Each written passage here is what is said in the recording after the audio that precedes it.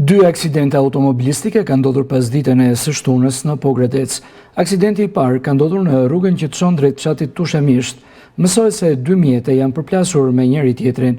Drejtuesit e tyre ishin njëri nga Shkupi, Maqedonia e Veriut dhe tjetri nga Pogradeci. Si pasojë e aksidentit, kanë mbetur të lënduar 4 persona, të cilët ishin pasagjerë dhe u transportuan drejt spitalit të Pogradecit. Policia ishte e pranishme në vendngjarje për të bërë zbardhjen e plotë të rrethanave të tij. Ndërkaq, specialistë sektorit qarkullimit rrugor referuan këtë të diel materialet në prokurori për shtetasin HP, 28 vjeç, banues në Pogradec, për veprën penale të shkeljes së rregullave të qarkullimit rrugor. Aksidenti i dytë ndodhi në hyrje të Pogradecit nga Tirana dhe fatmirësisht ka qenë vetëm me dëme materiale, jo në jetë njerëzore. Mjeti ka goditur murin ansor të rrugës. Mësohet se drejtuesi i mjetit është larguar nga vendi i aksidentit pasi ishte pa leje drejtimi.